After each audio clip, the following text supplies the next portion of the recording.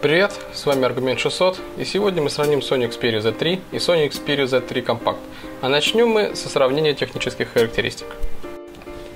Оба смартфона построены на однокристальной системе Qualcomm Snapdragon 801.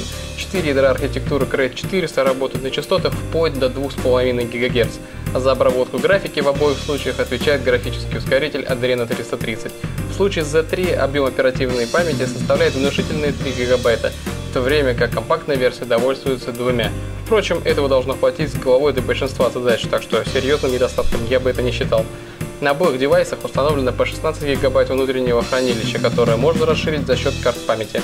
Камеры имеют похожие характеристики, но, внимание, снимают они по-разному, и мы к этому еще вернемся.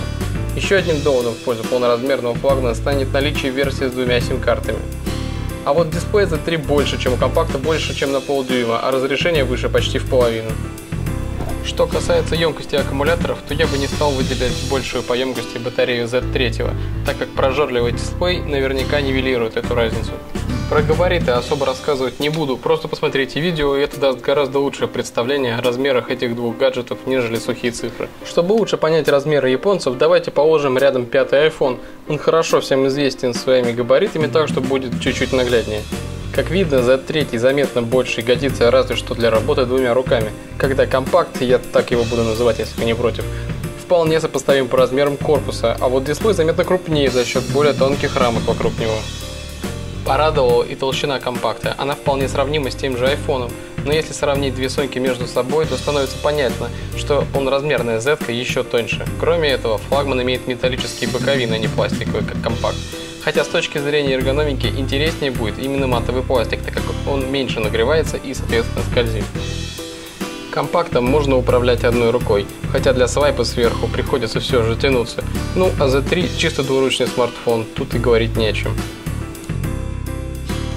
Оба девайса выглядят очень аккуратно, строго и дорого, но если выбирать цвет, то черный наименее практичный. Несмотря на олифобное покрытие, стекло отлично собирает отпечатки пальцев.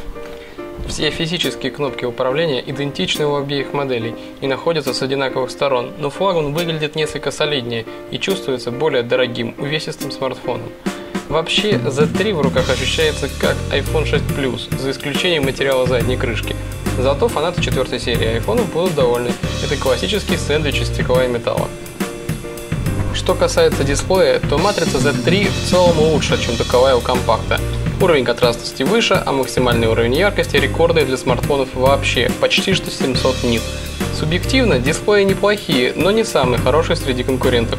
Для тех, кто желает более подробную информацию, советую посетить сайт overclockers.ru, где уже опубликован мой обзор компакта, и вскоре появится обзор Z3. Все ссылочки в описании. Что касается производительности, то устройства равны чуть больше, чем полностью.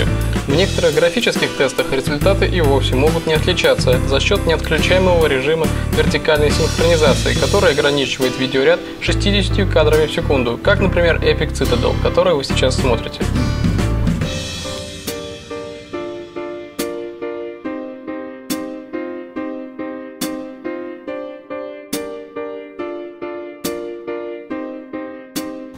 Разница в Antutu обусловлена прежде всего меньшим разрешением экрана компакта и, как следствие, более высокими результатами в графической части теста.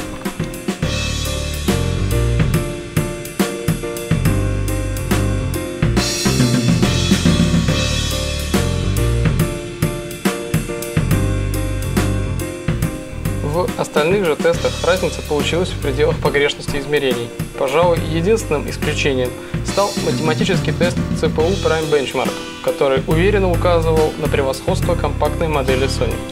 И, как выяснилось, на то есть причина. Утилита Stability Test указывала на тот факт, что Z3 сбрасывает частоту процессора заметно раньше, нежели компакт, и, видимо, именно это отразилось на результатах непродолжительного теста.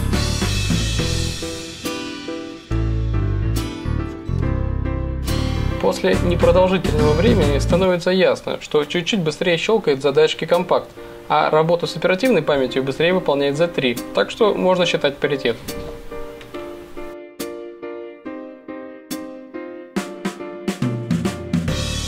Нагреваются смартфоны примерно одинаково сильно, разве что заднее стекло компакта прогревается равномернее.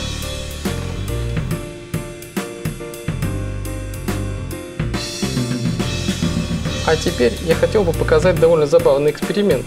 На данный момент я пользуюсь 5-м Nexus, который у меня в распоряжении уже почти что год. Так как он основан на более старом и медленном процессоре, а конкретно Snapdragon 800, то каково же было мое удивление, когда в том же тесте он считал задачу быстрее, чем свеженькая Сонька, несмотря на значительно более агрессивный сброс частоты. Причем со временем разрыв лишь увеличивался.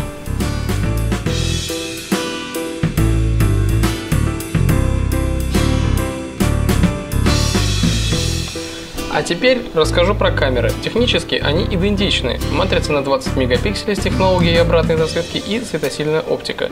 Сейчас вы можете видеть 100% фрагмент кадра, если вы смотрите ролик в разрешении Full HD, и его увеличенную копию ниже. Как видно, разницы практически нет, но это при дневном освещении. При съемках на улице в ночное время суток использовался автоматический режим, который сам распознает, что именно вы снимаете, и подбирает подходящие параметры съемки. Так вот, компакт выбирает стандартный ландшафтный режим съемки с разрешением 20 мегапикселей, а вот Z3 выставляет режим ночной фотосъемки с уменьшенным до 8 мегапикселем разрешением. В итоге кадр получается светлее, при этом детализация на обоих снимках почти одинаковая. Если же выставить на обоих аппаратах ночной режим принудительно, то результаты практически не отличаются друг от друга. Ну, разве что Z3 немного сильнее шарпит детали. Вот такие одновременно и похожие, и разные смартфоны получились у японцев. Какой из них выбрать, я советовать не буду, так как они оба предназначены для разных людей. Кому-то важнее будет иметь возможность удобно управляться телефоном одной рукой, кому-то захочется яркий и четкий дисплей для комфортного серфинга по сети. В любом случае, оба девайса очень хороши, так что, выбрав любой из них, вы не прогадаете. Спасибо за внимание, пока!